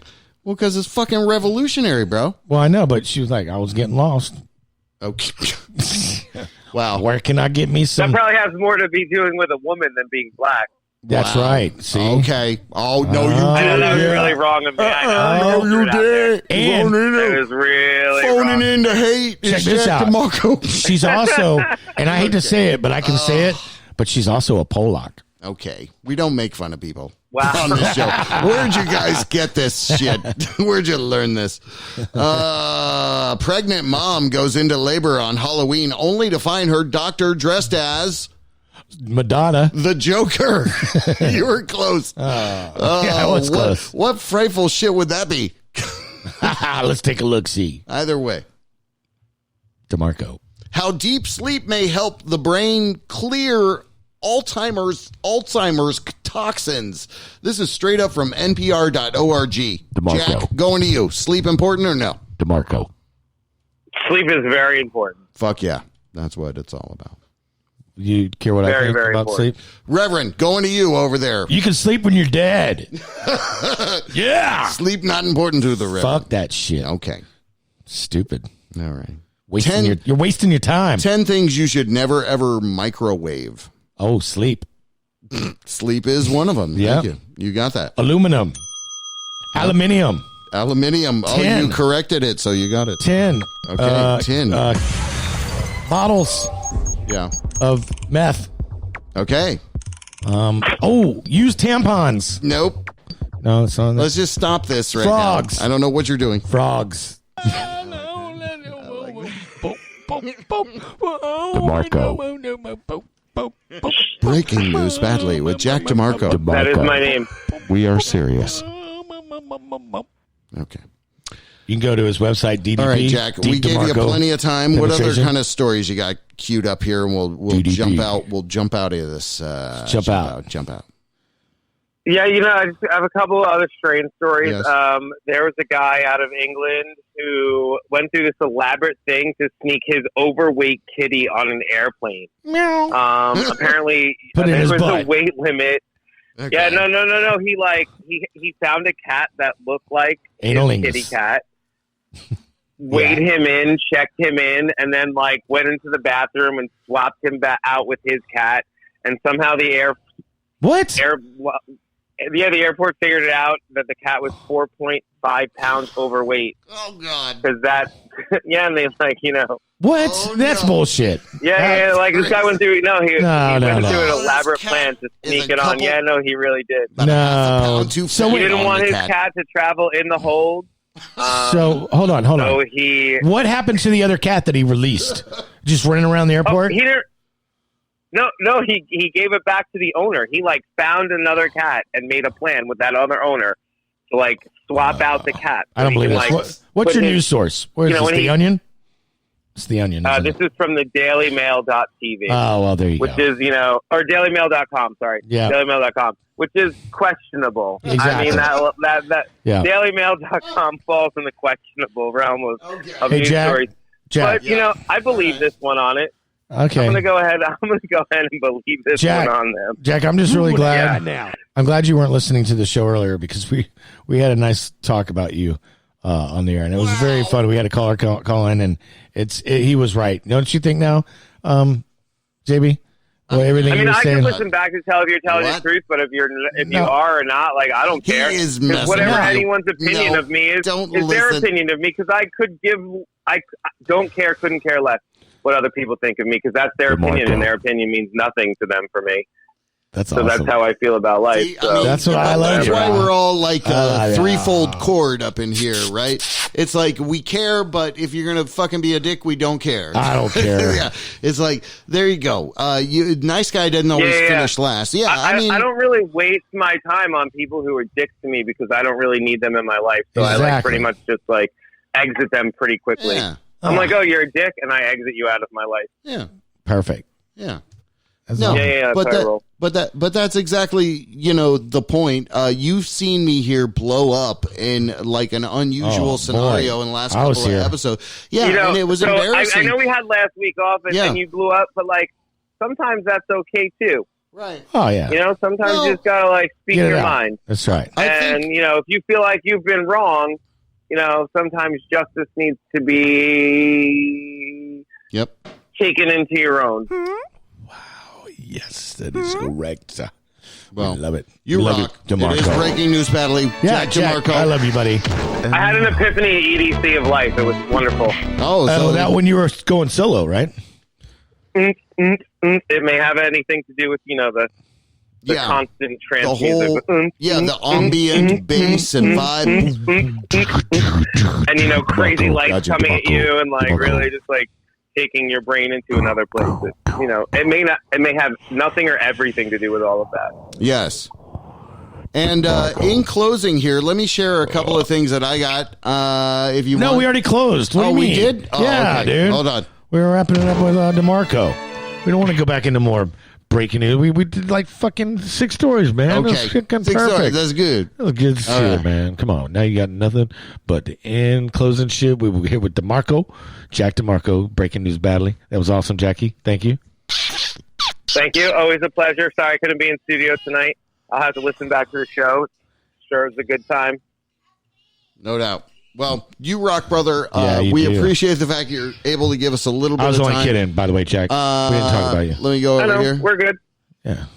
Well, yeah, man. Come on. We're always good. I'll give you back rub next time I see you. Wow. Back rub? A little back rub. Okay. Ooh, what's going on in there? I don't know what's happening. you like he this, just right? started rubbing my back. Yeah, he liked that, right? Got any lotion? Give me some lotion. All right, I'll raw dog you. Okay. Well, wow. Raw dogging it. Wow. Yeah, you feel that? Oh, that feels good, right? You're out of yeah, your mind. say wow again. Shut up. Wow. Oh, yeah, right there. Wow. That's a spot. Okay. I got you. Let's hang it. All right. Found it. Jack, Jack we love you, DeMarco. buddy. Thank you. JackDeMarco.net. Love you guys too. All right. Be well. Thank you. We'll see you next week if you can be in studio. Yeah. We got Kevin Green. Awesome. All right. Goddamn. Yeah, There that's we go, right. baby. All right. Be well. Talk to you soon. Goddamn, I said All right. goddamn. So Wait, here you we see are that? celebrating your first album, which is Shake Your Moneymaker, and you've decided to, your two brothers are back together. What? How'd that happen? Get him out. Get him out of there. Wait, yeah, we're going to get shut off the air What the putting his hell? voice on there. Yeah. Are you kidding me? Anyway, all I right. might have just shut down the whole show right Let's do a sponsor crawl. There we go. there. Go ahead. Air Theater. We want to thank PocasHottest.com, ShannonHoltArt.com, OrangeBlossomBrewing.com, Etoileboutique.com, BadassSandwiches.com, Infotainment.com, Kush Ultra Lounge, Dank Orlando City Smoke Shop, Orlando Art Army, Iron Cafe.com, Iron Cow Cafe, thank you, Kathmandu Winter Park.com, GroundingRoots.com, Yeah. EarTheater.usdjs.com, Nora's Wine Cigars.com, LittleIndies.org, and Remix Record Shop. I'll be at Little Indies this Saturday. So much. Season 10 Captain of the Jerry. JB Rev Show keeps rocking. That's how we do it. That's how we do it. Yeah. Local businesses are awesome. Me talking over me. That's good. Not so much. Yeah, you don't like it. I love it. All right, I got the Electric Peanut Butter Company Of queued course up you here do. with a cover of Dreams. By Fleetwood Mac. You Yep. want to dig it? Dig it. All right, we're I doing wanna hear it. it. We'll see you next What week. you got? The JB Rev Show, WJBWnetworks.com. This is a good song.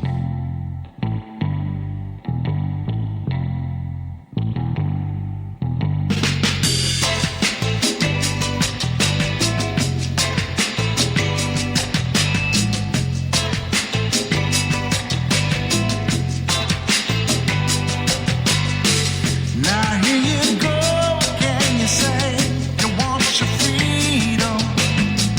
Well, who am I to keep you down? It's only right that you should play the way you feel it. Listen carefully to the sound of the loneliness like a heartbeat drives you mad.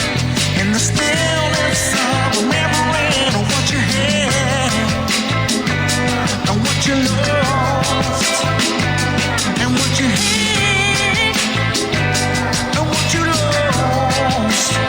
Oh, thunder only happens when it's raining. Players only love you when they're playing. Say women, they will come and they will go. When the rain washes you clean, you know. You know. Now here I go again, I see the crystal visions.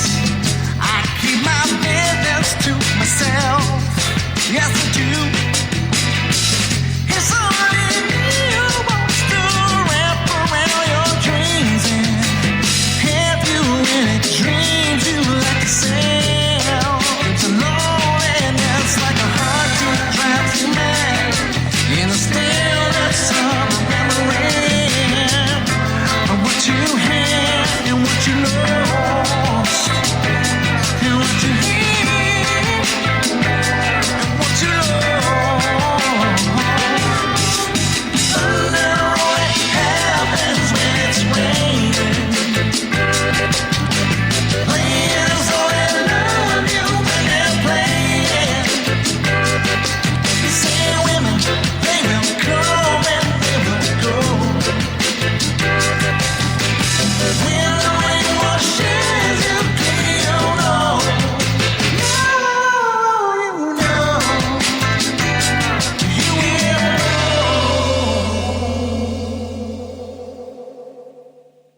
WJBW, Orlando, Florida.